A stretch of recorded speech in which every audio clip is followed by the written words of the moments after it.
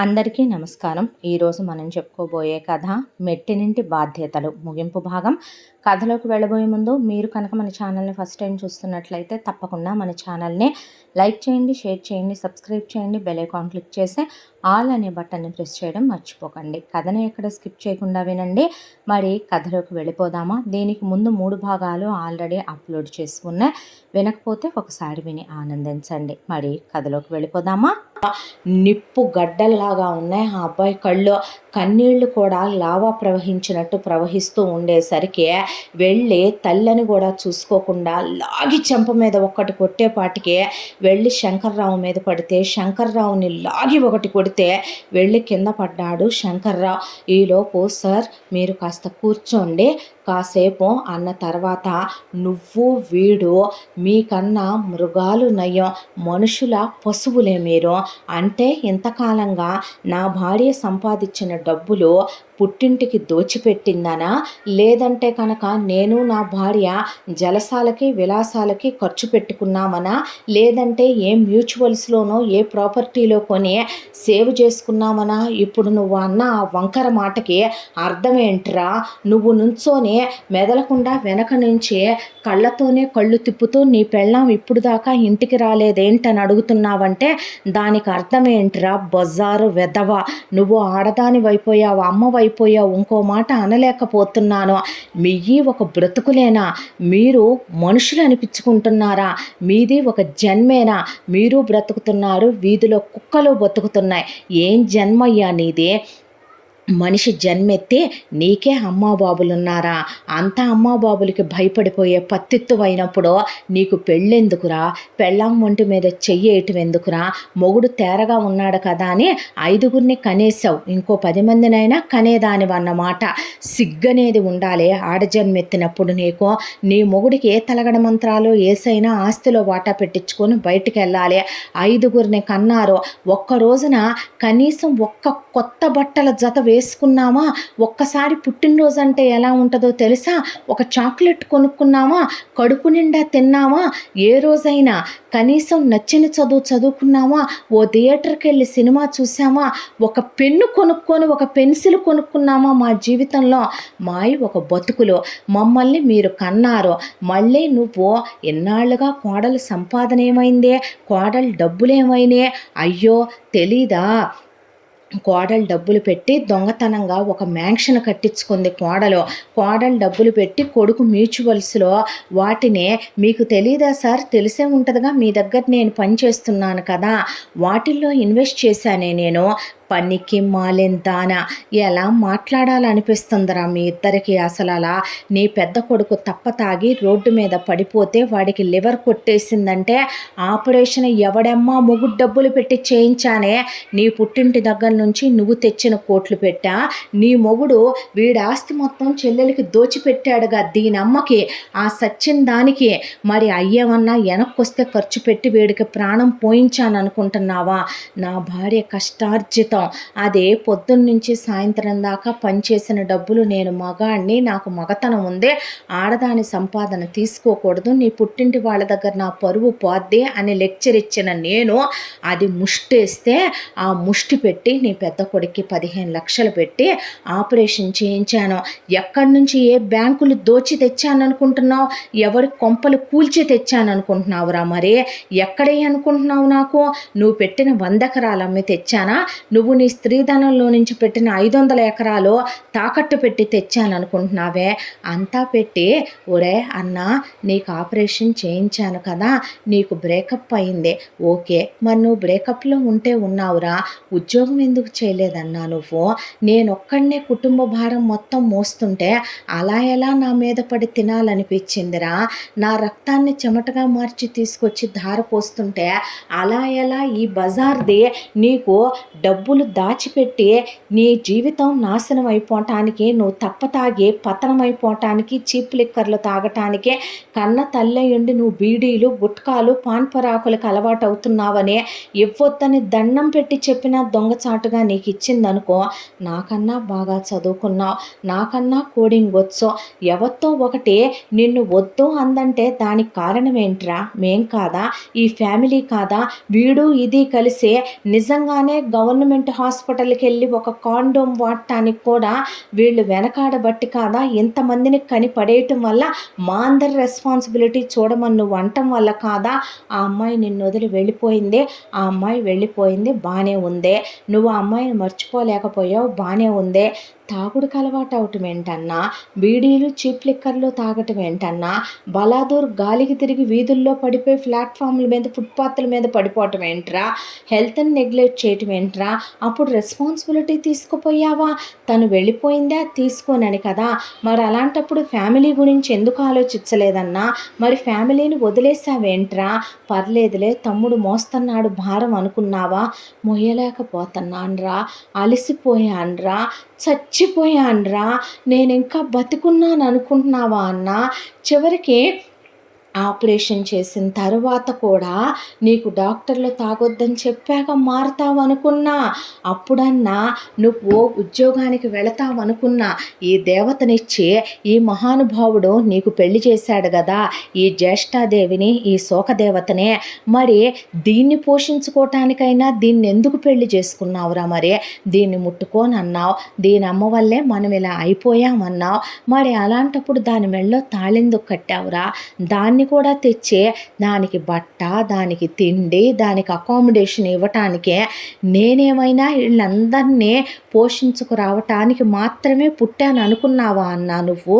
మరి నువ్వు పెళ్లి చేసుకొని నువ్వు తాళి కట్టి తెచ్చిన నీ పెళ్ళాన్ని కూడా నేనెందుకు పోషించాలి, దాని కడుపుకి ఇంత ముద్ద పెట్టుకోవటానికైనా ఉద్యోగానికి వెళ్ళాలనే ఒక్కరోజు కూడా ఆలోచించలేదేంట్రా నువ్వు. మహానుభావురాలివే, ఇంటికి పెద్ద కోడలివే, పొద్దున్న లేచిన దగ్గర నుంచి సాయంత్రం దాకా నీ బాధ ఏంటో చెప్పనా నేను.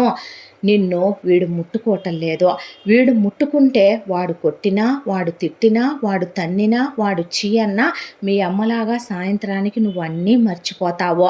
వాడిని ఒంటి మీద చెయ్యట్లా, వాడు నిన్ను తృప్తిపరచట్లా, వాడు నిన్ను సుఖపెట్టట్లా. నాకన్నా వయసులో చిన్నదానివే, ఇప్పుడు వాడు నీకు కడుపు చెయ్యాలి, పిల్లల్ని దించాలి, వాళ్ళని కూడా నా మీద పెట్టి నువ్వు పోషించమని వదిలేయాలి. ఏ డిగ్రీ దాకా చదువుకున్నావు, పొద్దున్నుంచి సాయంత్రం దాకా కూర్చొని ఏడవకపోతే నీ మొగుడు ఏ ఉద్యోగమూ చెయ్యట్లేదు కదా.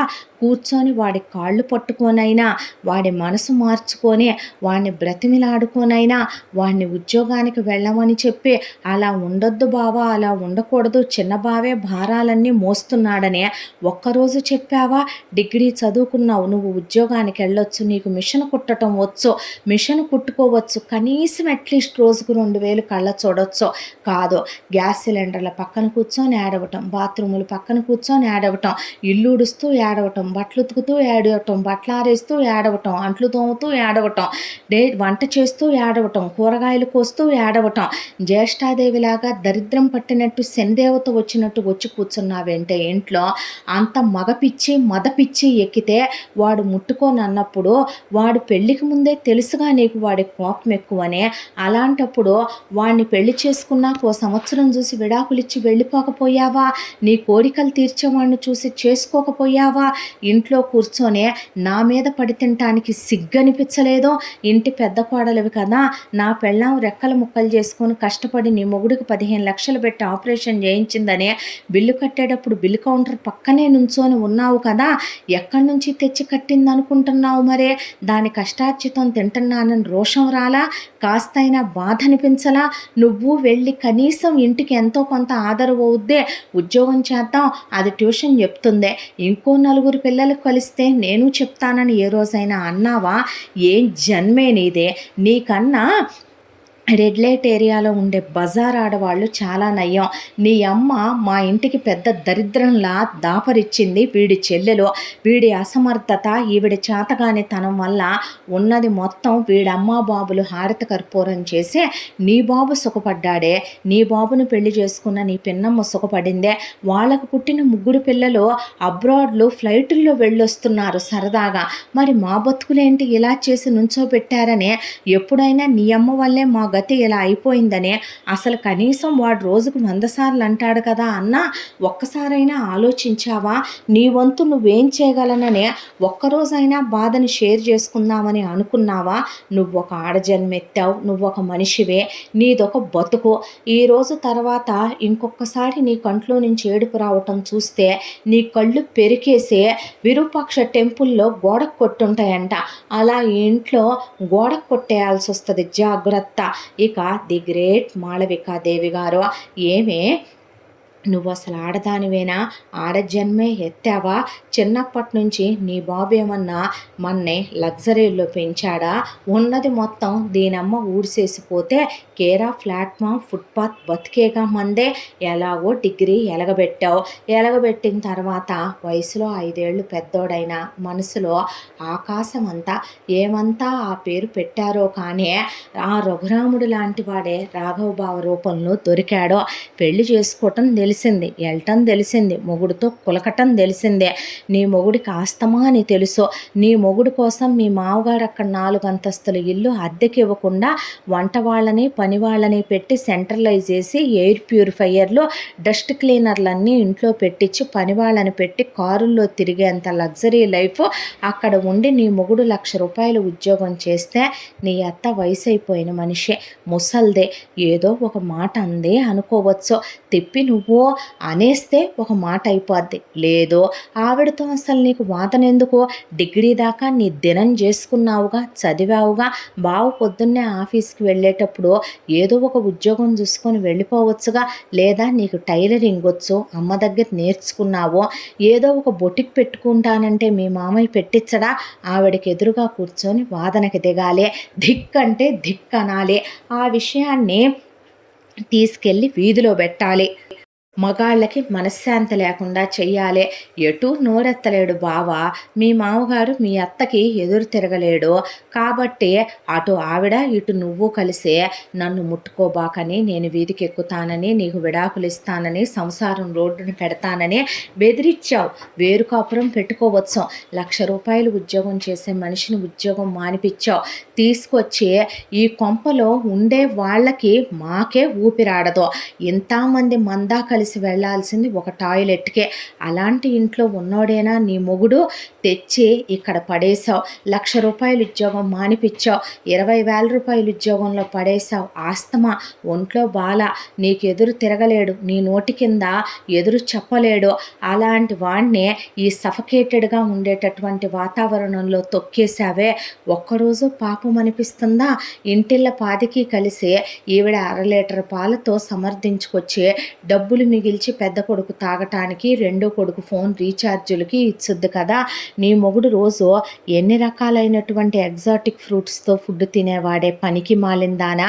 వచ్చావో నా వల్ల కాదో, నేను నీతో కాపురం చేయలేను అంటే గదిలోకి తీసుకెళ్ళి పూలు పెట్టే టార్చర్ చేసే నువ్వు వ్యభిచారివా, భార్యవే. అసలు నరకం పెట్టి ఒంట్లో బాగోని మనిషితో కాపురం చేసి కడుపు తెచ్చుకున్నావు.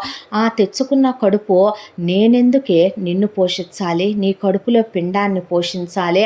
వెళ్ళిపోదాం అన్నాడు, తగ్గనన్నావు. వాళ్ళమ్మ నీ కాళ్ళు పట్టుకోవాలన్నావు. నీకు సిగ్గు, శరం, రోషం, మానాభిమానాలు, చీము నెత్తురు ఉంటే నా మీద పడి తింటావా నువ్వు? ఎంతమంది నా మీద పడి తింటున్నారే.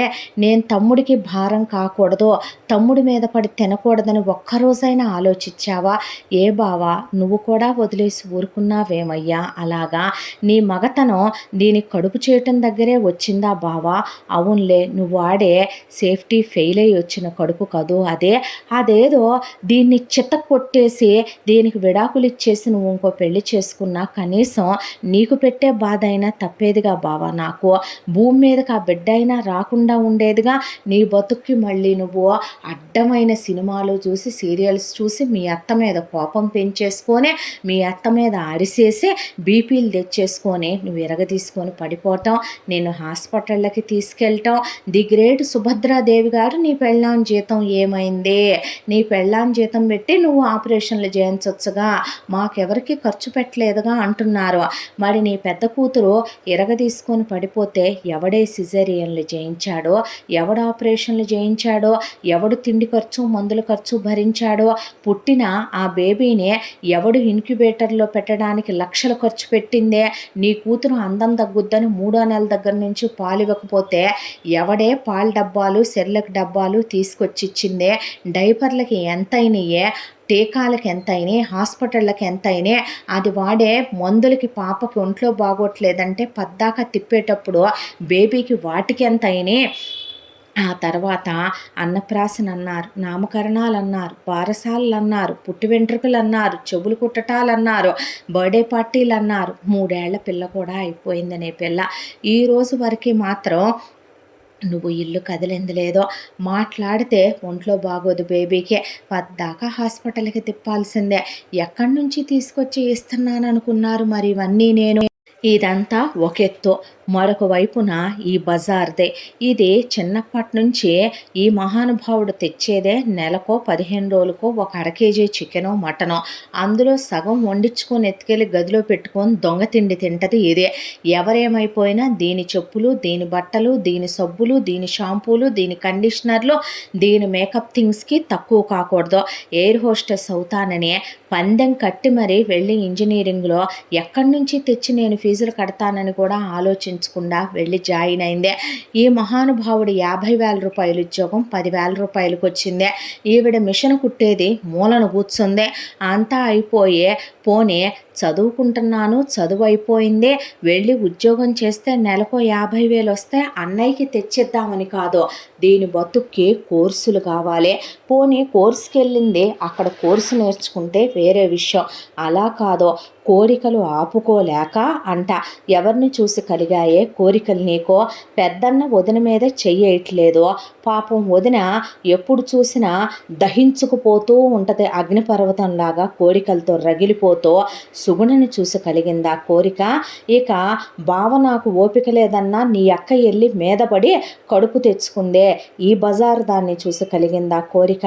నా భార్య అది ఫస్ట్ నైట్లు అయిపోయిన తర్వాత ఈ రోజు వరకు మా 5 ఏళ్ల కాపురంలో ఓ 10 సార్లు వేసానేమో దాని ఒంటి మీద చెయ్యే. మమ్మల్ని చూసి కలిగిందా కోరిక? ఓ ది గ్రేట్ శంకర్రావు గారు, సుభద్ర గారు రోజు పూలు పెట్టుకొని చిలకలు తీసుకొని తెల్ల చీర కట్టుకొని పాల గ్లాస్తో మీ అమ్మ గదిలోకి వెళ్ళుద్ది కదా, మీ అమ్మని చూసి కలిగిందా కోరిక నీకు? ఆగలేక కాలు జారావో, కడుపు తెచ్చుకున్నావో, ఆ తర్వాత వాణ్ణే చేసుకుంటానన్నావో. సరే నువ్వు అన్నావని చేశాను కదే, మరి బజారు దానిలాగా కులతలాగా వేసలాగా పతితలాగా వాడితో కులికావో, కడుపు తెచ్చుకున్నావో. ఆ తర్వాత వెళ్ళినప్పుడు కష్టమో నిష్ఠూరమో. ఇప్పుడు సుభద్ర గారు అడిగారే, డబ్బులు ఏమైనాయి నీ పెళ్ళానే? మరి నీ చిన్న కూతురికి 15 లక్షలు ఖర్చు పెట్టి పెళ్లి చేసిందే, ఆ పెళ్ళాం డబ్బులు పెట్టేనండి సుభద్ర గారు, అవి పెట్టేనండి శంకర్రావు గారు. పంపిస్తే ఆ 15 లక్షలు పోయినాయి, ఇది చేయించుకున్న కడుపు పోయిందే. వీధంతా వీడి చెల్లెలేరా పెళ్లికి ముందు కడుపు చేయించుకొచ్చిందే అనే మాటలు సిగ్గు శరం లేకుండా కాండ్రిచ్చి గుమ్మిన ముఖం మీద మీ మొగుడు పెళ్ళాలు తుడిచేసుకొని పోగలరు. పెద్దోడు అసలు పట్టించుకోవటమే మానేశాడు. మిగతా వాళ్ళకి అనవసరం. నరాలు తెగిపోతున్నాయి ఆ మాటలు పడుతుంటే నాకు. పోనీ వెళ్ళిందే, వచ్చి నేను ఉండను అనగానే నీ పేగు కదిలిపోయిందిగా శంకర్రావు. విడాకులు ఇప్పించావు, ఇంట్లో పెట్టావు, అప్పుడైనా ఉద్యోగానికి వెళ్ళాలా? దీన్ని చూసి వాడు వీడు నైట్కి వస్తావా, గంటకు వస్తావా, 2 గంటలకు వస్తావా అని అడుగుతారంట. అందుకని ఈ పతివ్రత గురించి తప్పుగా అనుకుంటారని ఈ పతివ్రత ఇంట్లో నుంచి బయటకు కదలదంట. పెళ్లికి ముందు దీని వెయిట్ 70, ఇప్పుడు 120. కూర్చున్న చోట నుంచి ఇది కదలదో, ఎలా ఒళ్ళు పెరుగుద్దో తెలీదు. అవునులే, మనుషులు తిన్నట్టు తింటేనేగా జలగలు బిక్కు తిన్నట్టు మనుషుల రక్తాలు తాగే మనుషులు కదా మీరు. అలాగే పెరుగుతాయి మీ బాడీలో. దీనికి సిగ్గు శరం మానాభిమానాలు చీము నెత్తురు ఉంటే 15 లక్షలు ఖర్చు పెట్టి మళ్ళీ వచ్చి పుట్టింట్లో కూర్చుంటుందా ఇది అని ఆ రోజు కొట్టనే విజయ్ ఈరోజు మాధురిని పడేసి డైనింగ్ టేబుల్కి వేసి బాది పారేశాడు. తలకి బెజ్జం పడి రక్తం కాడిపోతుంటే సుభద్ర పసుపు డబ్బా తీసుకొని వస్తే, ఆగు కారనివ్వు, నేను పెట్టిన తిండి తినేగా నీ కూతురికి కారుతుంది ఇప్పుడదే, కారనివ్వు, పోనివ్వవే, పోతే అదేమీ పోదులే. ఇప్పుడొచ్చిందా అంతోటి నొప్పి, ఇప్పుడొచ్చిందా అంతోటి బాధ నీకు?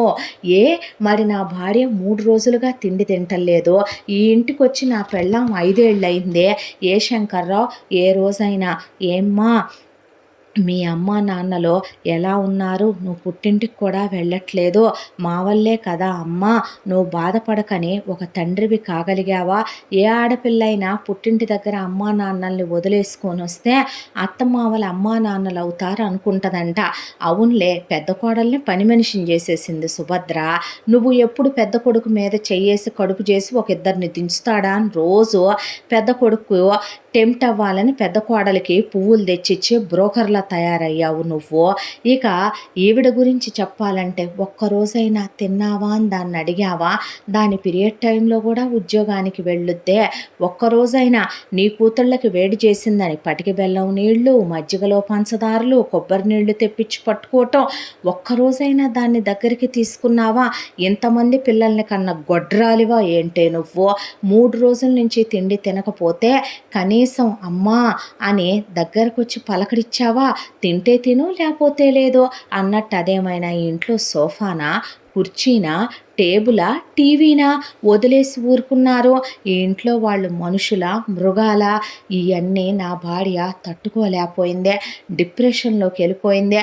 పుట్టింటి వాళ్ళ ముందు అత్తింటి వాళ్ళ గురించి చెప్పుకోలేక, అత్తింటి వాళ్ళకి తలవంపులు తేలేక, కసాయివాడైన మామ, నీతి లేని అత్త, నిజం చెప్పాలంటే మృగాల్లా పిక్కు తినే మీ అందరూ అర్థం చేసుకోలేని నేను, వీటన్నింటి మధ్య నలిగిపోయింది పిచ్చిదే. 3 రోజుల నుంచి తిండి తిప్పలు లేక చివరికి రోడ్డు మీద వచ్చేటప్పుడు హారను కొడుతున్న దాని ఆలోచనల తరంగాల్నే అవి తాకలేకపోయినాయి. ఆ హారన్ శబ్దాలు పిచ్చిది రోడ్డు దెబ్బ తగిలే అలా పడిపోయిందే. రక్తపు మడుగులో తీసుకొచ్చి హాస్పిటల్లో పడేసిపోయారు. ఈ రోజున నా భార్య ప్రాణాలు బ్రతికించుకోవటానికే ఎవరు శంకర్రావు? నువ్వు తెచ్చిస్తావా 25 లక్షలు? లేకపోతే సుభద్ర నువ్వెళ్ళి తెస్తావా? అన్నా నువ్వా? సోకదేవత నువ్వా? ఏమే నీతి జాతి లేని దానా నువ్వా? బావా నువ్వా? నువ్వేమే? ఒరే నువ్వు కుంటి కులాసం ఇంటికి మోసమనే కుంటోడుగా ఉన్నప్పుడే హాయిగా ఉండేదిరా. చిన్నప్పటి నుంచి నువ్వు కుంటి వెధవ్వని అన్నా నేను నిన్ను భుజాల మీద వేసుకొని తిప్పి తీసుకొచ్చేవాళ్ళం, బయటికి తీసుకెళ్ళి ఆడిచ్చి తెచ్చేవాళ్ళం. నువ్వు డిసప్పాయింట్ అవ్వకూడదు, డిప్రెషన్లోకి వెళ్ళకూడదు అని 25 లక్షల రూపాయలు నా పెళ్ళాము 15 అది దాసిన డబ్బులు, దాని ట్యూషన్ చెప్పిన డబ్బులు, 10 లక్షల రూపాయలు లోన్ పెట్టి తెచ్చి ఆపరేషన్ చేయిస్తే నీకు బైకులు, నీకు ఫోన్లు, నీకు రీఛార్జులు, నీకు బీర్ పార్టీలు, నీకు పబ్బులు, క్లబ్బులు, సిగరెట్లు, తాగటాలు, గర్ల్ ఫ్రెండ్స్, చిట్చాట్లు, ఫోన్లు, ఎంజాయ్మెంట్లు. ఎందుకురా బతుకుతున్నావు? నువ్వు బతుకుతున్నావు, వీధిలో కుక్క బతుకుతుంది, పురిట్లోనే పోతే పోయేది. దరిద్రుడా నువ్వు. బీటెక్ అయిపో వస్తుంది, రెస్పాన్సిబుల్గా చదువు మీద కాన్సన్ట్రేషన్ చేద్దాం, చేసి క్యాంపస్ ప్లేస్మెంట్లో ఉద్యోగం కొడదాం, అన్నయ్యకి కొంతన్నా బరువు భారం తీరుద్దాం, వదిన ఒక్కటే ట్యూషన్ చెప్పుకుంటుంది, వదిన కాస్త హెల్ప్ చేసి పెడదాం అని ఉందంట్రా. నీతి జాతి లేని ఎదవ, ఏం బతుకులరా మేవే అని కాండ్రిచ్చి ఉమ్మే. ఇలాంటి పశువులతో మాట్లాడి టైం వేస్ట్ చేస్తున్నాను సార్, పదండి వెళదాం. అక్కడ నన్నే నమ్ముకొని అందరినీ వదులుకొని వద్దనుకొని ఓ పిచ్చిది వచ్చింది నా చేయి పట్టుకొని. ఆ రోజు వాళ్ళ నాన్న నన్ను నమ్మే ఆస్తి పెట్టనంటే ఎందుకా అనుకున్నానండి. 75 లక్షల రూపాయలు ఈ కుటుంబం కింద ఖర్చు అయిపోయినాయి. ఏమని అడిగిందో చూసారా? నీ పెళ్ళాం సంపాదన ఏమైంది? మాకు వాళ్ళేదుగా, నీ పెళ్ళానికి నువ్వు నయం పట్టించుకోపోయావా, ఈయన్ని అడగటం ఎందుకు అన్నట్టు మాట్లాడేసింది ఈ రోజున. ఇదొక తల్లి, వాడొక తండ్రి, ఇదొక ఫ్యామిలీ, మళ్ళీ నేను చెప్పుకోవటం. నా పెళ్ళాన్నే నేను బ్రతికించుకోగలను, కాకపోతే నా పెళ్ళానికి తగ్గిన తర్వాత నేను ఈ ఇంట్లో ఉండను, మీ రెస్పాన్సిబిలిటీస్ నేను తీసుకోను, మీరు ఉంటారో ఎందులో అయినా దూకి చస్తారో నాకు అనవసరం. నా భార్య నన్ను నమ్మి వచ్చిందే, దాన్ని అమ్మతనానికి దూరం చేశాను, ఆడతనానికి దూరం చేశాను, కడుపు నిండా తిండి పెట్టలా, ఒక్క మూర మల్లెపూలు కొని పెట్టలా, ఓ సినిమాకి తీసుకెళ్ళలా, ఓ పూట లంచ్కి డిన్నర్కి తీసుకెళ్ళలా, ఓ చీర కొనివలా, ఓ గుడికి తీసుకెళ్ళలేదు. నేను ఒక మొగుణ్ణి, నేను మగాణ్ణి, ఛీ మీ బతుకులు అని అక్కడి నుంచి పదండి సార్ నన్ను డ్రాప్ చేతురుగానే, పద నేను అమ్మాయిని పలకరిద్దామని వచ్చానని. విజయ్ కన్నా అతనికి వయసులో ఒక 5 ఏళ్ళు పెద్దుంటాడు అంతే ఆ ఆఫీసరు. ఆ అబ్బాయి కూడా అలా షాక్ అయిపోయి వీళ్ళ ఫ్యామిలీ వైపు వింతగా చూస్తూ చాలా ఎబ్బెట్టుగా అనిపించి నొసలు చిట్లిచ్చేసి అక్కడి నుంచి విజయ్ని తీసుకొని బయలుదేరిపోయాడు విజయ్ వాళ్ళ బాస్. ఆ తర్వాత హాస్పిటల్కి వెళ్ళి ఆ డబ్బులు కట్టి అలా ఆపరేషన్ జరుగుతుంటే విజయ్ అలా కూర్చుంటే ధైర్యం చెప్పి విజయ్కి అంబికను చూసి, బాసు నేను మళ్ళీ రేపు మార్నింగ్ వస్తాను విజయ్ అని చెప్తే, thank you so much sir, మీ రుణం ఈ జన్మకి తీర్చుకోలేను, నా జన్మంతా మీ కాళ్ళు కడిగి నెత్తిన పోసుకున్నా నా రుణం తీరదేమో, పిచ్చి మాటలు మాట్లాడుకో, ఏమంత పెద్ద సహాయం చేశానని అలా మాట్లాడుతున్నావు, ఒక విషయం చెప్పనా, ఆల్రెడీ నీ పేరు ప్రమోషన్ లిస్ట్లో ఉంది, ఆ ప్రమోషన్ నీకు వచ్చేలా చేస్తాను, నీ శాలరీ పెరుగుతుంది, దాంతోపాటు నీకు ఇయర్ హైక్ రాలేదో ఎలాగోలా అడ్జస్ట్ చేసుకోవచ్చు అమౌంట్, నువ్వు ఇప్పుడు ఆ విషయం గురించి అసలు ఆలోచించకో, నువ్వు ఇప్పుడు ఆలోచించాల్సింది నీ వైఫ్ హెల్త్ గురించి, నేను వెళ్ళొస్తానని ఆయన బయలుదేరి వెళ్ళాడు. విజయ్ ఎప్పుడైతే ఇలా మాట్లాడి వెళ్ళాడో ఆ తరువాత అజయ్కి కోపం కట్టలు తెంచుకుంది. ముందు అక్కడ ఎదురుగా నుంచొని ఉన్న సుగుణ చంపలు వాయించేశాడు. పనికి మాలిన దాన, అసలు నేను మనిషి జన్మ ఎలా ఎత్తానా అని నా మీద నాకే అసహ్యం వేస్తోంది. ఒక్కడు వాడు నిజమే, ఆ రోజు నేను ప్రేమించిన ఒకదాన్నే కుటుంబ భారం పంచుకుందాము అని నేను అడిగినందుకు అది కుటుంబ భారాన్ని పంచుకోలేనని నా ముఖం మీదే చెప్పినా నేను బాధపడి ఉండేవాడిని కాదేమో, అది అన్నాళ్ళు ప్రేమించి ఆ తరువాత నన్ను కాదని వేరే వాడిని చేసుకొని వెళ్ళిపోయిందనే దిగుల్లో నేనేం ఉద్ధరించానో, ఇంత ఇంజనీరింగ్ చదివే చివరికి నా చదువు కోసం చేసిన అప్పు కూడా వాడే తీర్చాడో, కుటుంబానికి పెద్ద కొడుకునయ్యుండి బాధ్యతలు మర్చిపోయే ఉద్యోగానికి వెళ్ళి వాడిని నేను చూడాల్సింది పోయి వాడికి నేను సాయం చేయాల్సింది పోయి నీ మెళ్ళో తాళి కట్టి శోకదేవతలాగా జ్యేష్ఠాదేవిలాగా నిన్ను తీసుకొచ్చి వాడి మీద కూర్చోబెట్టాను.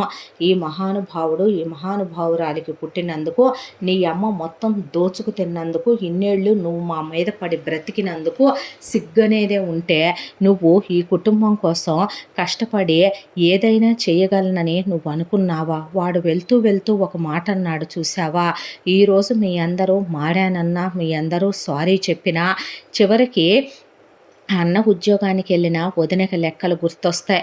ఇప్పుడు అక్క భావం తీసుకొని వాళ్ళ అత్తింటికి కాపురానికి వెళ్ళిపోద్ది, ఇక్కడ పడుంటావు ఎందుకనే, ఇప్పుడు రెండో దానికి ఉద్యోగానికి వెళ్ళాలని గుర్తొస్తుంది. చిన్నోడికి ఇప్పుడు రెస్పాన్సిబిలిటీలు గుర్తొచ్చి ఉద్యోగాలకు వెళతారో, ఇప్పుడు అక్క బావ ఒక ఫ్యామిలీలా మేడైపోయి వెళ్ళి వేరు కాపురం పెట్టుకోవటము, లేదా వాళ్ళ అత్త కింద ఉండటానికైనా ఇది సిద్ధపడుద్దే.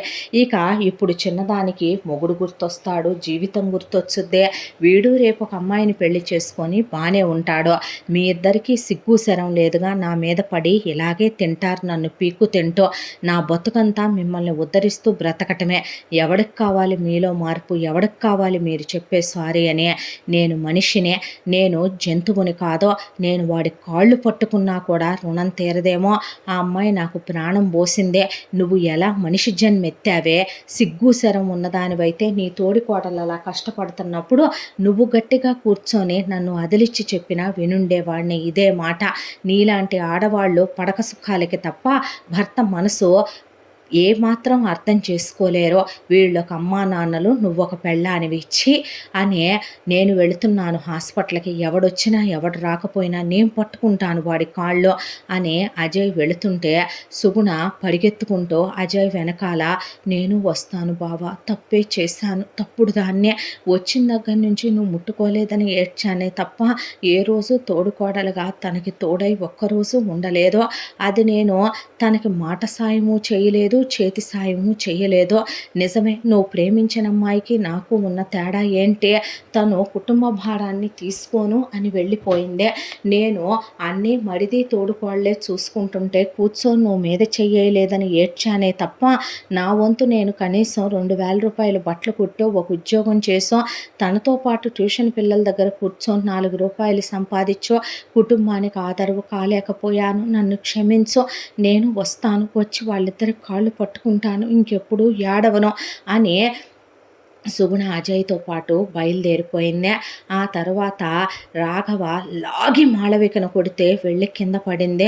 ఏవండీ అనేపాటికి ఏంటది అన్నాడు. అనేసరికి మళ్ళీ మళ్ళీ మళ్ళీ మళ్ళీ కొట్టాడు దవడలు వాసిపోయిందాకా. బావా అంటే ఛీ మాట్లాడకు నువ్వు, అసలు నీలాంటి తిరుగుబోతు ఆడ అంటేనే భయం వేస్తుంది నాకు. బావా నువ్వు నా గదిలోకి వస్తున్నావంటేనే ఎక్కడ నా మీద పడతావో ఆ రోజు నీకు కడుపు వచ్చింది అన్నప్పుడే నా ప్రాణాలు కదిలిపోయినాయి.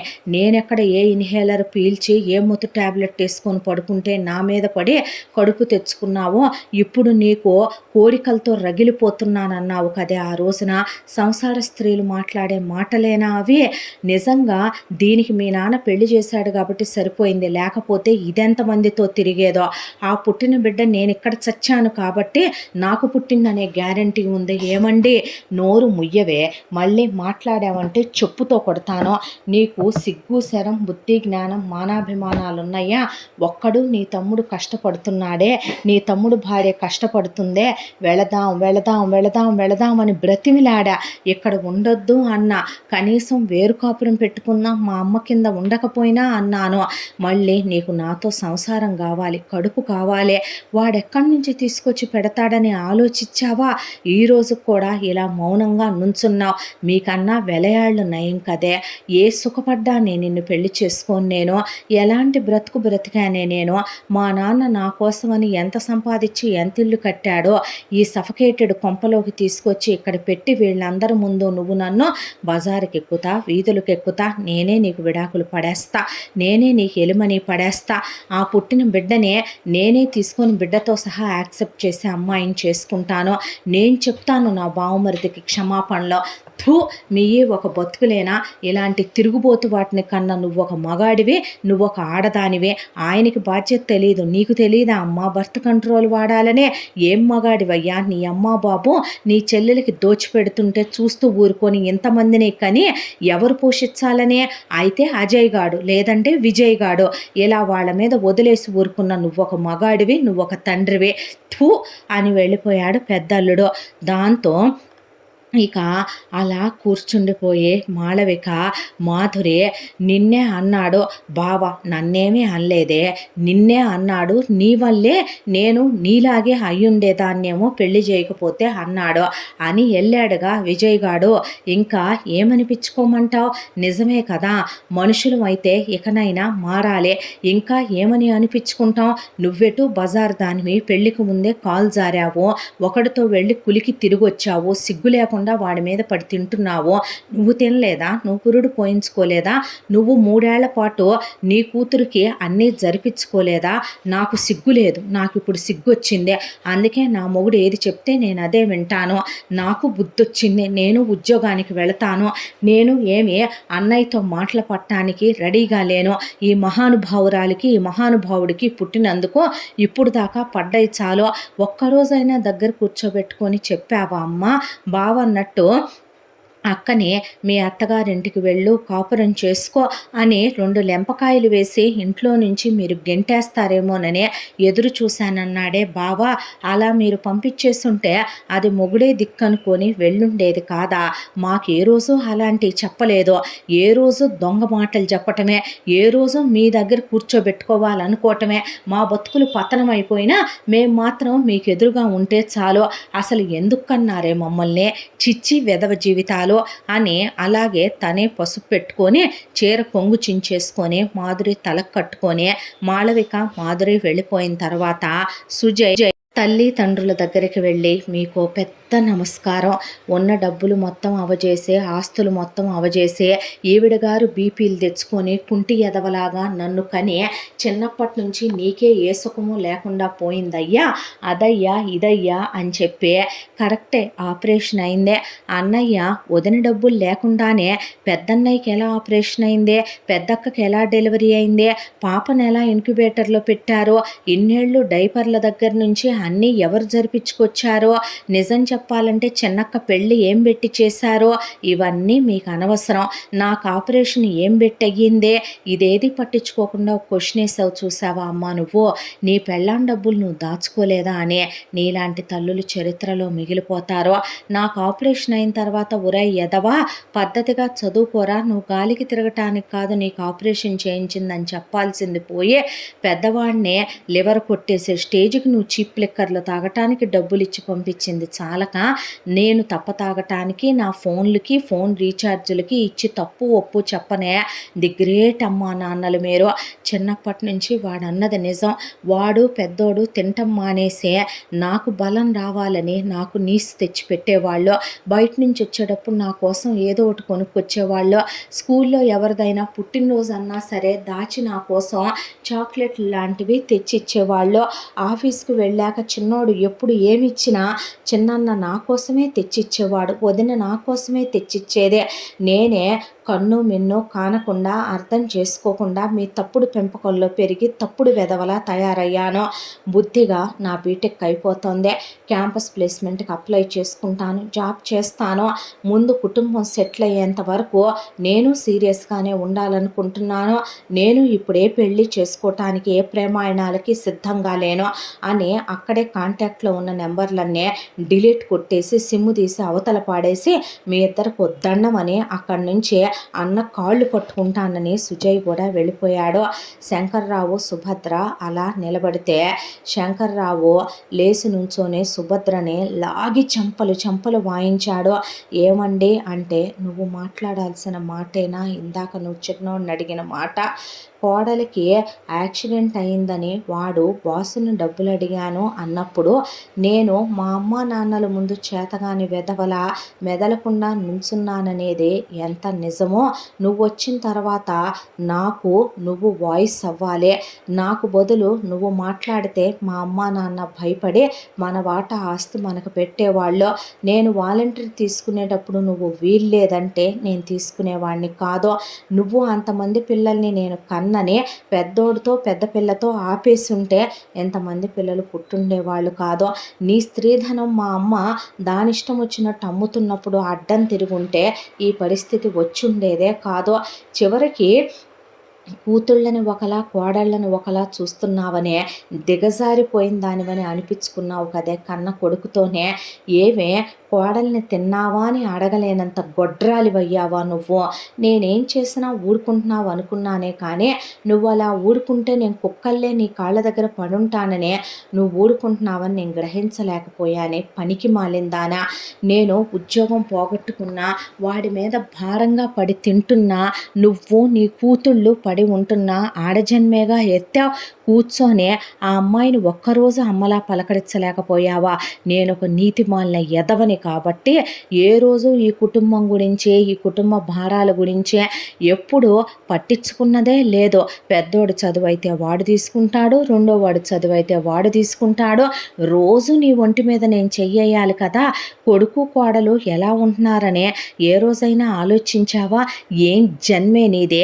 పోయిన నా చెల్లి చెల్లెలికి నీకు ఉన్న తేడా ఏంటే, థూ, నేనన్నా వెళ్ళి వాడి కాళ్ళు పట్టుకుంటాను సిగ్గుమాలిందానా అనేపాటికి, ఆగండి, నేనే తప్పుగా ప్రవర్తించాను, నేనే అర్థం చేసుకోలేకపోయాను, తప్పు నాదేనండి, పిల్లల్ని కన్నాను కానీ వాళ్ళని పెంచటం నాకు రాలేదు, క్షమించండి అని సుభద్ర కూడా హాస్పిటల్‌కి బయలుదేరింది. ఈలోపు వీళ్ళందరూ ఒక్కొక్కళ్ళు వెళ్ళినా విజయ్ ఎవరితో మాట్లాడలేదు. కూతురికి ఇలా అయిందని తెలుసుకున్న అంబిక తండ్రి ఎటుకో ఎటొచ్చుద్దోనని ఆయనకు 10,00,000 రూపాయలు డబ్బులు తీసుకొని హాస్పిటల్‌కొచ్చి, ఖర్చులకి ఏమైనా కావాలా అల్లుడు అని అడిగితే, ఇక విజయ్ ప్రాణం చచ్చిపోయి, లేదు మావయ్య, 25,00,000 నా పెళ్ళాన్ని నేను బ్రతికించుకోగలను, అప్పే చేశాను, నిజమే, సిగ్గు శరం లేని ఎదవను కదా, అప్పే అడుక్కొచ్చుకొని ప్రాణాన్ని నిలబెట్టుకున్నాను మామయ్య, ఇప్పుడు అవన్నీ ఎందుకులే అల్లుడు, నేనవన్నీ మాట్లాడదలుచుకోలేదు, పర్లేదులేండి మావయ్య, చీ అనలేక తూ అనలేక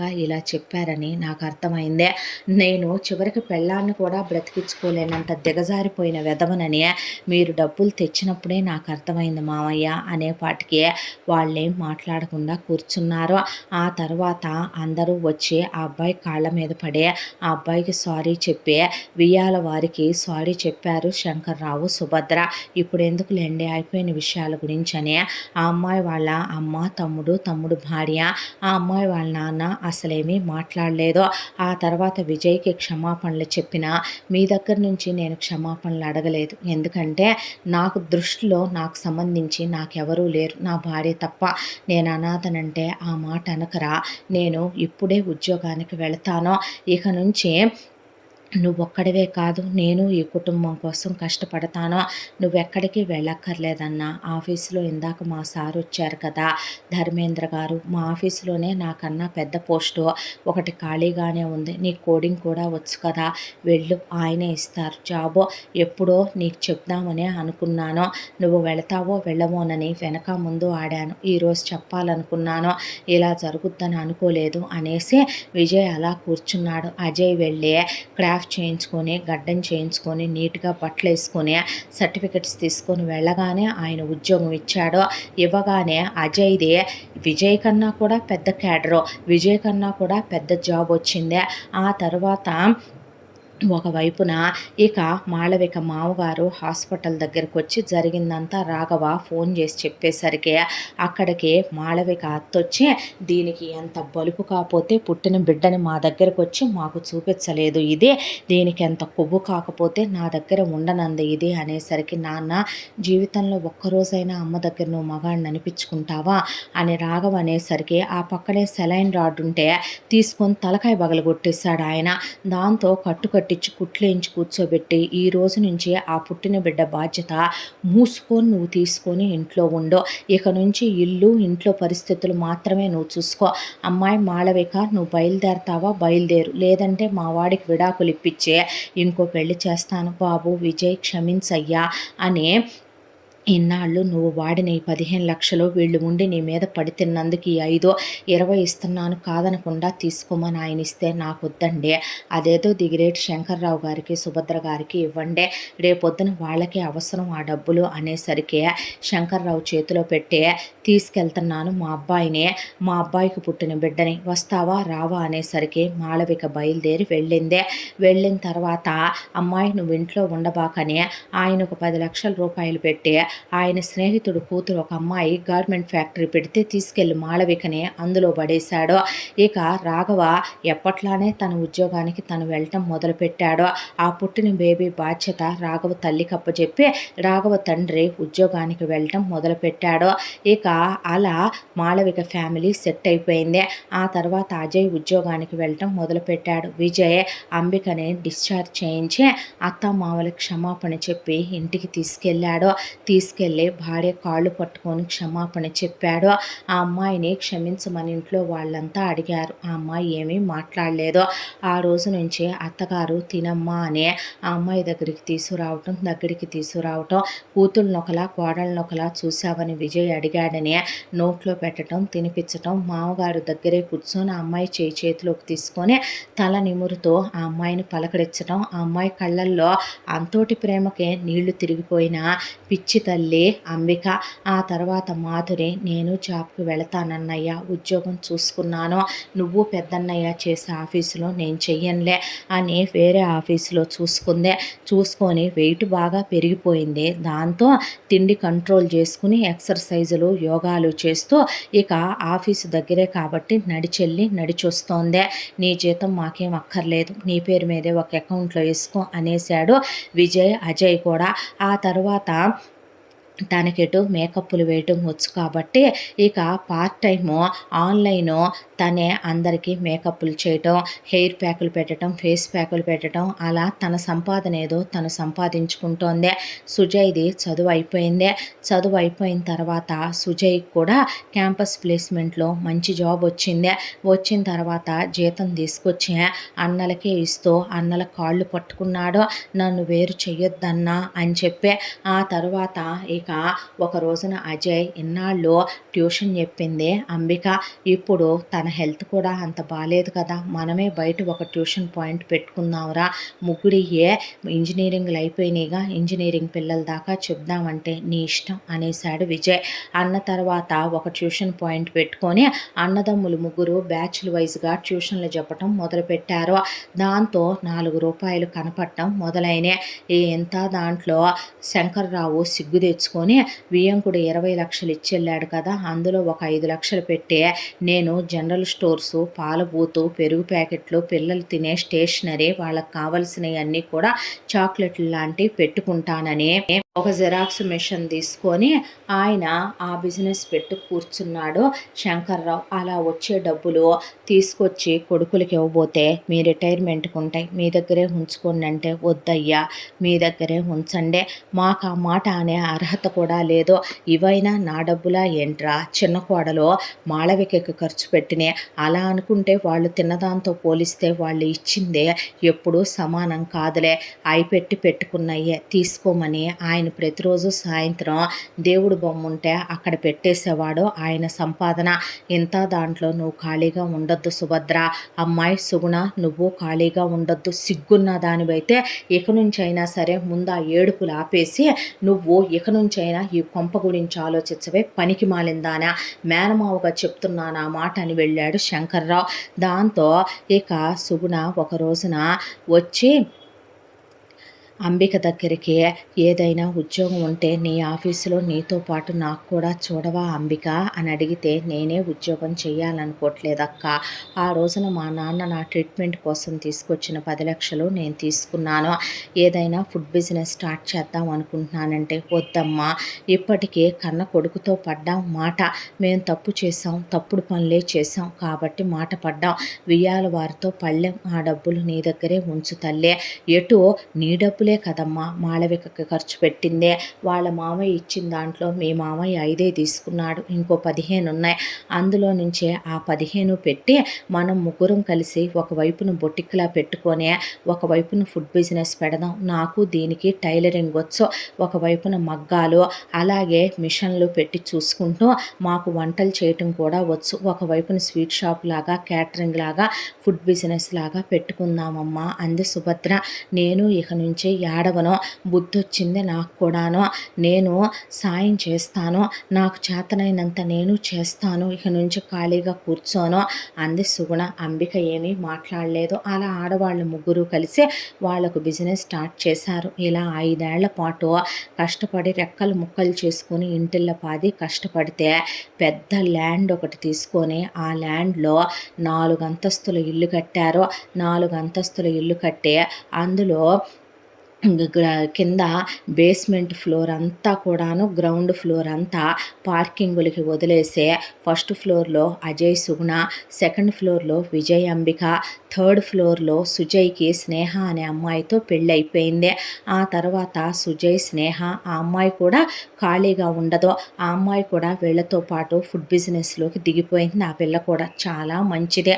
వాళ్ళు ఇక పైన టాప్ ఫ్లోర్లో శంకర్రావు, సుభద్ర, వీళ్లతో పాటు మాధురి అప్పుడప్పుడు వచ్చి మాళవిక, రాఘవ వాళ్ళు ఉంటారని వాళ్ళకి పై ఫ్లోర్ అప్పచెప్పి, దాంతోపాటు బయట ఒక బొటిక్కి, అలాగే ఒకవైపున ట్యూషన్ పాయింట్కి, ఒకవైపున వీళ్ళకి అనువుగా ఉండేలాగా ఫుడ్ బిజినెస్‌కే చక్కగా ఏర్పాట్లు చేయించారు విజయ్ వాళ్ళు.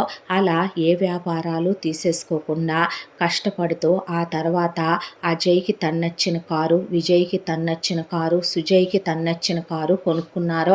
ముగ్గురు 3 బైకులు కొనుక్కున్నారు. ఆ తర్వాత తల్లికి, తండ్రికి కూడా ఒక కారు కొనిచ్చారు. ముగ్గురు మగపిల్లలు బైకులు కొనుక్కున్నారు. పెళ్ళాలకి బంగారాలు చేయించారు. ఈలోపు మాధురికి కూడా పెళ్లి చేయాలని ఒక అబ్బాయికి పెళ్ళై వైఫ్తో డివోర్స్ అయిన ఒక అబ్బాయి సిచ్యువేషన్ తెలిసే మాధురిని పెళ్లి చేసుకోవటానికి ముందుకొచ్చాడు. మాధురి మొదటి భర్త రంగా లాంటి వాడు కాదు అతను. ఈ అబ్బాయి పేరు జీవన్, చాలా మంచోడు. కాబట్టి సిచ్యువేషన్ అంతా ఎక్స్ప్లెయిన్ చేసి మాధురికి జీవన్కి పెళ్లి చేశారు. మాధురి భర్తతో సహా వెళ్ళిపోయి తన కాపురం తను పద్ధతిగా చేసుకుంటోంది. ఇప్పుడు ఈ ఇంతకాలంలో మాళవికకి ఇంకో బేబీ పుట్టింది. ఆ తర్వాత మాధురికి 2 పిల్లలు పుట్టారు. అప్పుడు అజయ్ సుగుణ ఒంటి మీద చెయ్యేసింది. ఆ తర్వాత అజయ్కి సుగుణకి ఒక్కళ్ళనే కనాలని నిర్ణయించుకొని అధిక సంతానాన్ని కనకూడదనుకొని అజయ్కి ఒక కొడుకు పుట్టాడు. ఆ తర్వాత అసలు విజయ్ అంబిక ఎప్పుడూ అనుకున్నారు ఒకళ్ళనే కనాలనే. వాళ్ళకి ఒక బాబు పుట్టాడు. సుజయ్కి ఆల్రెడీ అంగవైకల్యం ఉండి ఆపరేషన్ అయి తగ్గింది కాబట్టి అతను ఎక్కువ మంది పిల్లల్ని కంటం మంచిది కాదు, ఎక్కడ వైకల్యంతో పుడతారో అనే భయంతో అసలు ఒక్కళ్ళనే కన్నాడు. ఆ ఒక్క కొడుకు మంచిగా పుట్టాడు, చాలని ఆపరేషన్ చేయించేశాడు వైఫ్కి. ఇలా వెరసి ప్రశాంతంగా ఎక్కడి వాళ్ళు అక్కడ సెటిల్ అయ్యి ఇప్పుడు ఆ ఇంట్లో దరిద్రం లేదు, దౌర్భాగ్యం లేదు.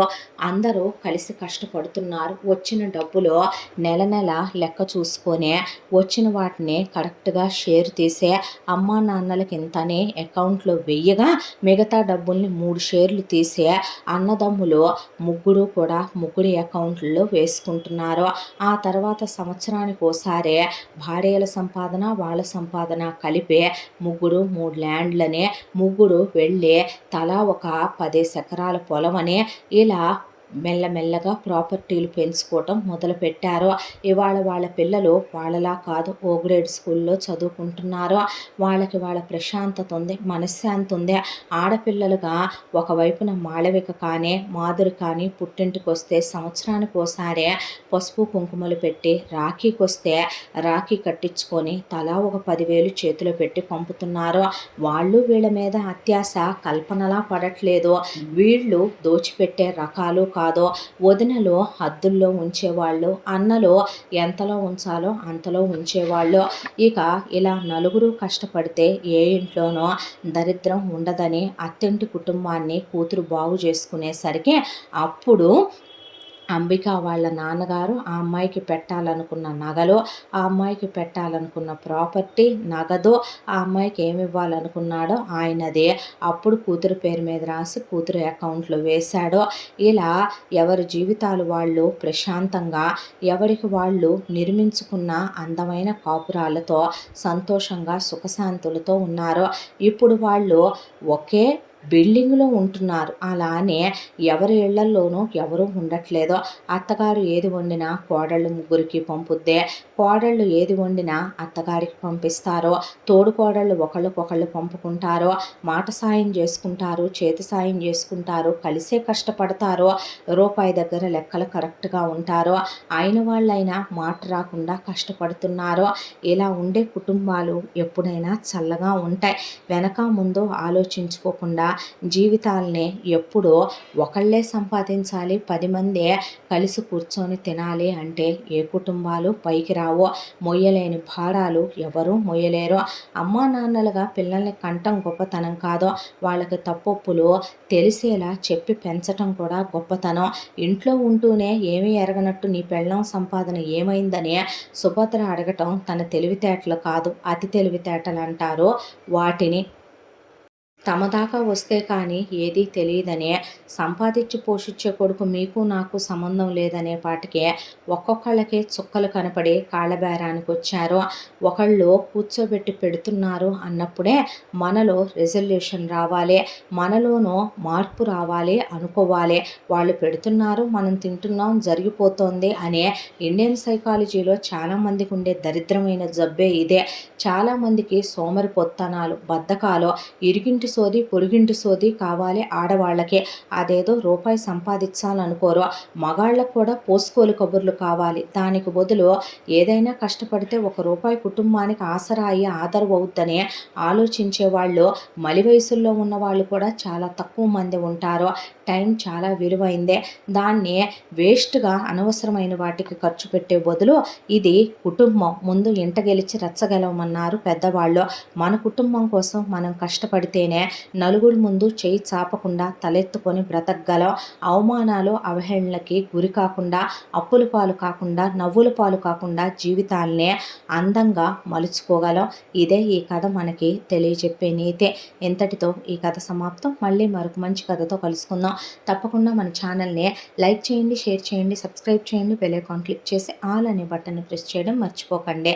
ఎంత మంచి కథను మనకు అందించిన కథా రచయిత్రి జి. యామిని శ్రీనివాస్ గారు. మరో మంచి కథతో తప్పకుండా మీ ముందుకు వస్తాను. Thank you so much.